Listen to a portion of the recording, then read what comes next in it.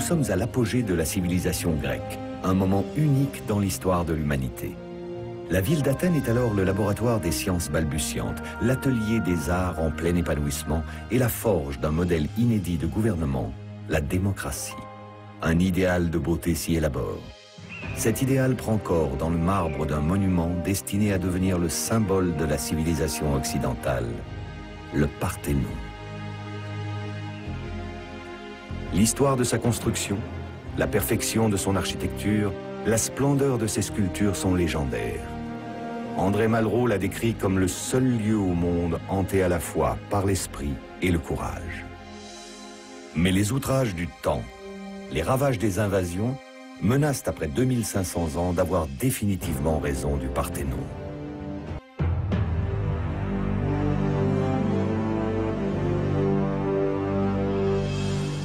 Construit au 5e siècle avant Jésus-Christ, le Parthénon est érigé sur les ruines d'un ancien temple, le pré-Parthénon, qui fut détruit 30 ans plus tôt lors de l'incendie et pillage d'Athènes par Xerxès, empereur de Perse, pendant la Deuxième Guerre médique.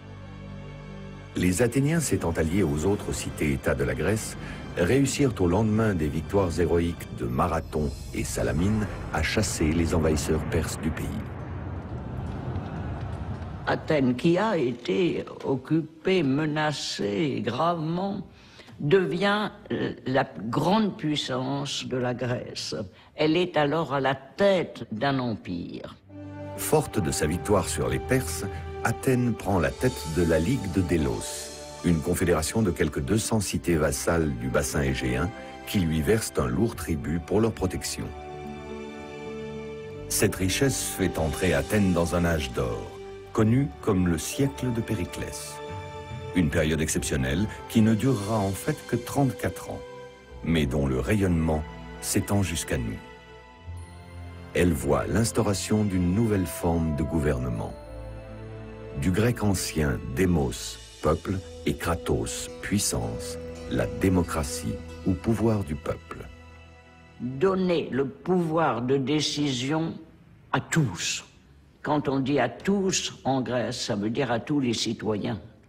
Ça exclut les femmes, les esclaves, les métèques. Mais ils ne voyaient pas cette exclusion, ils voyaient la merveille que toutes les classes sociales, ensemble, avec les mêmes droits, tout le monde à l'Assemblée peut, à partir de l'âge de 18 ans, peut parler, pas seulement voter, mais parler, intervenir.